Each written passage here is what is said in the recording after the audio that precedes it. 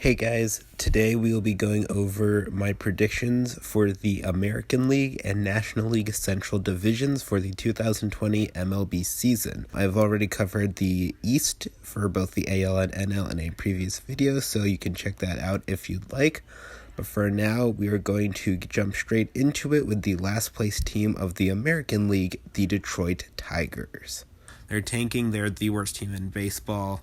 Without a doubt, they have two nice guys in CJ Cron and Jonathan Scope, and the rest of their hitting sucks. They need to trade Matt Boyd at the deadline because he's a really good starting pitcher, and some teams could buy into that.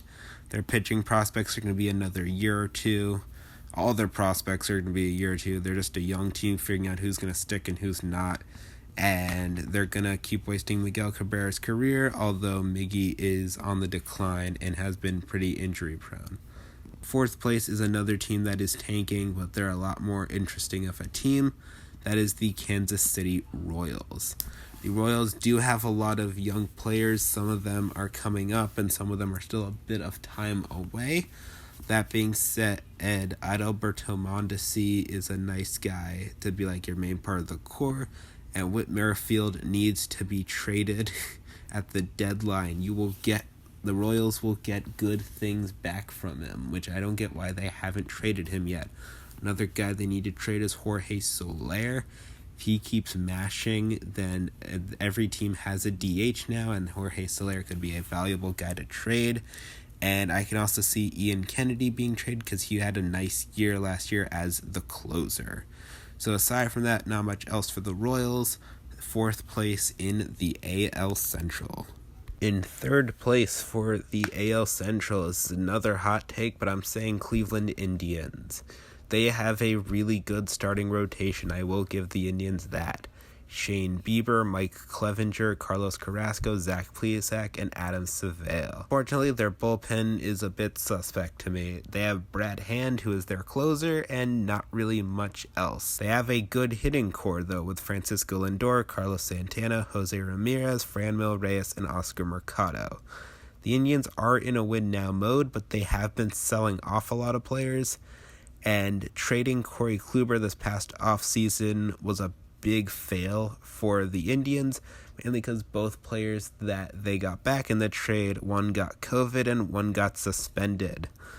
And I guess the big question left is, what are they going to do with Lindor? And I think, honestly, the Indians get a bad start this year. Lindor is gone at the deadline, if not this offseason. If the Indians miss the playoffs in 2020, then they're going to have to blow it up and start a full-on rebuild in my eyes. In second place of the AL Central is the Chicago White Sox. The White Sox have a nice young core and a really nice lineup. They have Tim Anderson, who won the batting title, Yoan Moncada, Eloy Jimenez, Jose Abreu. James McCann had a really good year last year. If top prospect Luis Robert is what we say he is, then he will be amazing. And they also got two really nice hitters with Yasmani Grandal at catcher, who is the best catcher in baseball, along with Edwin Encarnacion at designated hitter. Their pitching is mainly just former Nationals pitchers, and I really like them for it, but also because I think they can make it work. Lucas Giolito had an amazing breakout year last year. Ronaldo Lopez is in there. He'll be like more of a back end of the rotation guy. Gio Gonzalez also will make a solid starter. And their big addition to this being Dallas Keuchel, who, when he's on his game, is very good and had a nice year last year. And their prospects of Dylan Cease, who looks really good, but I think not having Michael Kopech will be a hit to that rotation. They also have a really good bullpen that a lot of people look over. Alex Colomé, nice closer, can scare me a bit. Aaron Bummer and Jimmy Cordero both had really under-the-radar years last year. Steve Cishek was the only good reliever for the Cubs last year, and he's now here. And Jace Fry and Kelvin Herrera, they'll be fine. I do think that Alex Colomé gets traded at the deadline because he only has 1 year left on his contract, and because he will be a nice piece for any team that's competing and is looking for a bullpen piece. I don't think that the White Sox will make the playoffs this year, I think they need to see what this current core can do and then maybe add a couple arms in there. But I think in the coming years, this White Sox team is built to do really well, and I'm looking forward to seeing what they can do with this. In first place of the AL Central is pretty easy pick. It's the Minnesota Twins. The Twins lineup is absolutely ridiculous, and they are going to hit a lot of home runs. Max Kepler, Eddie Rosario, Nelson Cruz, Luis Arraez, Jorge Polanco, Miguel Sano, Mitch Garver, Byron Buxton, and they just casually added Josh Donaldson to that lineup. Their pitching, I think, is pretty under the radar. I think it could be better and improved, but I think the guys they have there can make it work for the most part. That's Jose Barrios, who I think is a dark horse Cy Young candidate, Jake Odorizzi, Kenta Maeda, and then the other two of Homer Bailey and Rich Hill, solid guys. I'm not really expecting much. Their bullpen I do think could be a bit better, with Taylor Rogers, who's the nice closer there, but they also have Sergio Romo, Tyler Clippard, Tyler Duffy, Trevor May, and Cody Stashak. And as we saw last year, it doesn't matter how many home runs they hit, but they're going to need their pitching to do well in the playoffs especially. They were fine last year, but it's going to need to be a lot better. They have a schedule against the two easiest divisions in baseball. I think they will have the best record in all of baseball, mainly because of their a much easier schedule. And that is why I have the Twins in the first place of the American League Central. Next, we have the National League Central, and this division is a mess. You have 4 teams that all have a legitimate shot for winning it, and all of them also have a lot of problems. Let's start off with the team that'll be obviously in last place, and that is the Pittsburgh Pirates. Trading Sterling Marte this offseason and changing their management signals a rebuild and a tank. Blow it up more. Like, they have guys that'll be nice trade pieces. I think they need to trade as many of them as possible. The big ones being Josh Bell. He will be a nice trade target for any team that needs a first baseman or a designated hitter. I think Adam Frazier might be traded to be a bench bat for a competitive team. Gerard Dyson, who they signed, is on a 1-year deal. I think with the new extra inning rule, which is a really dumb rule, he'll be nice because he can run for days and be a nice pinch runner for there. And Keone Kela, who's their closer, will be traded mainly because competitive teams will need bullpen arms this year. And my only other advice to the Pirates would just be don't waste Kevin Newman and Brian Reynolds and just see who you can build around them. I think changing their management was the best move of the offseason for them. In fourth place of the NL Central, people are going to hate this, but I hate them too. That's the Chicago Cubs. I do not like the Chicago Cubs, and that's just mainly a personal thing as a Nats fan. But the Cubs are a dynasty that failed every year except the 1 year they won the World Series. 2016, you won the World Series, but then 2017, you got annihilated by the Dodgers. 2018, you choked a 5-game division lead to the Brewers and then fell dead on your home turf twice. 2019, you ended the year on a 9-game losing streak where you played the Reds and Pirates for most of them. Have a hitting core to do it. They really do. Anthony Rizzo, Chris Bryant, Kyle Schwarber, Javi Baez, Wilson Contreras, Jason Hayward, Albert Almora. That should be good, but most of those guys fell off or were injury prone last year, and their pitching is not good as it used to be anymore. Kyle Hendricks is okay, but John Lester is declining a lot. Yu Darvish is either really good or really bad. And they traded for Jose Quintana, and they gave up Eloy Jimenez, and Jose Quintana's injured. Eloy is on a much better team. And their bullpen is just bad. And I can tell you as a Nats fan that it doesn't matter if Craig Kimbrell bounces back. One good reliever cannot save you.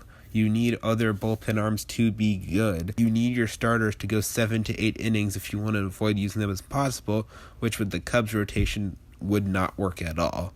The Cubs also kind of did nothing in the offseason, are the same team that failed last year. The only reason the Cubs last year were even relevant was because of Nick Castellanos, and you let him go to a division rival in free agency. Even if on paper they are a strong team, but they don't have the guns to keep up in the NL Central anymore.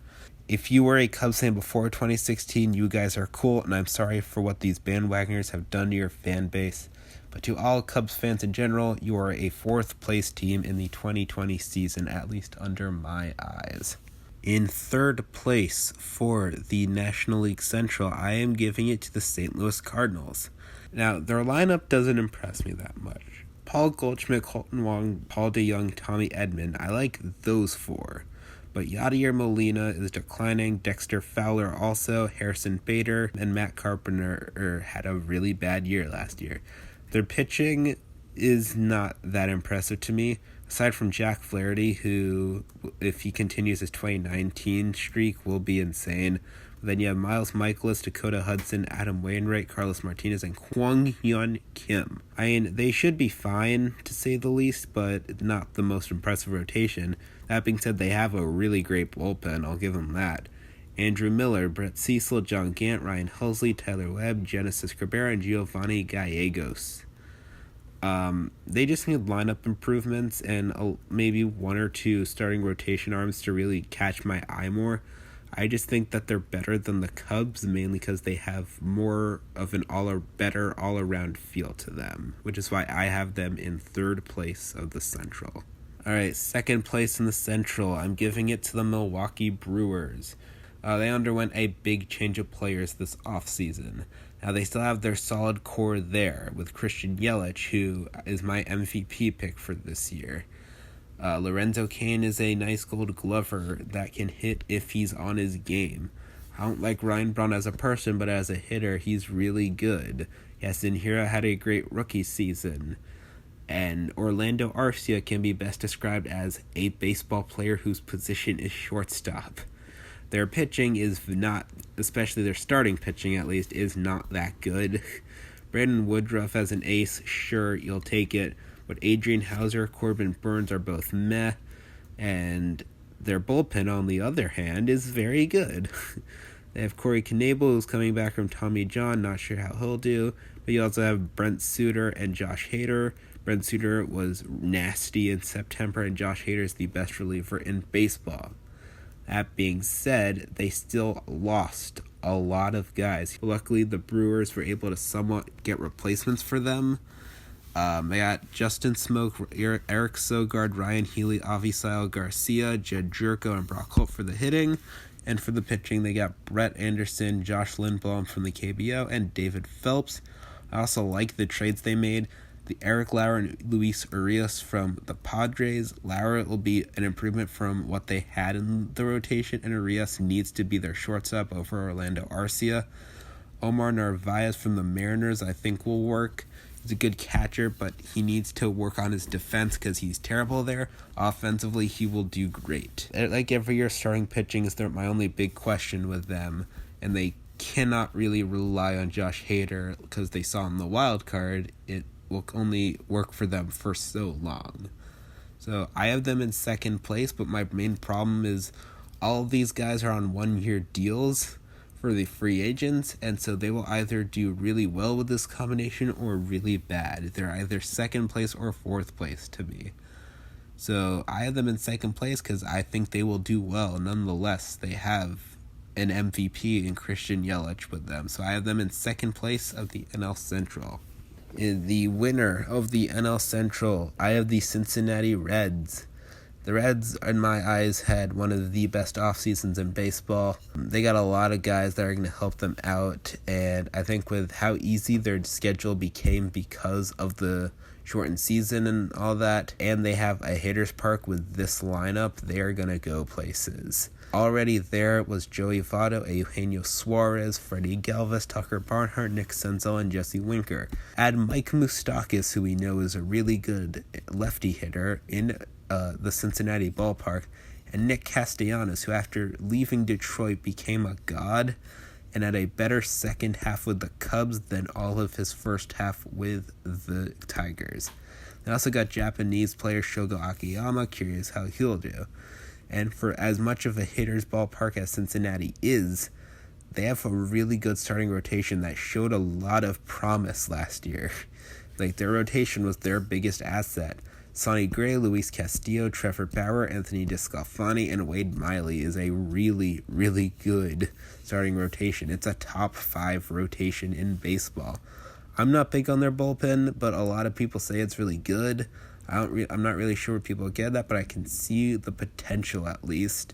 Raisel Iglesias, Pedro Strop, Amir Garrett, Michael Lorenzen, Lucas Sims, Robert Stevenson, Tyler Mahle, Nate Jones. You forget Michael Lorenzen can also hit for you, which is a pretty big asset. But the Reds are a really good all-around team. They have strong areas in the hitting, strong areas in the pitching. And I think they will win the NL Central, and they could be very dangerous this year. So Reds, NL Central winners. So just to recap, at the bottom of the AL, we have the Tigers and the Royals, Indians and White Sox, and then the Twins at the top. And then for the NL Central, we have Pirates, Cubs, Cardinals, and the Brewers. And then, of course, at the top, the Cincinnati Reds. Thank you for watching. Please watch my East predictions if you have not already, and please watch my other videos because I put effort into them. Okay, thanks, bye.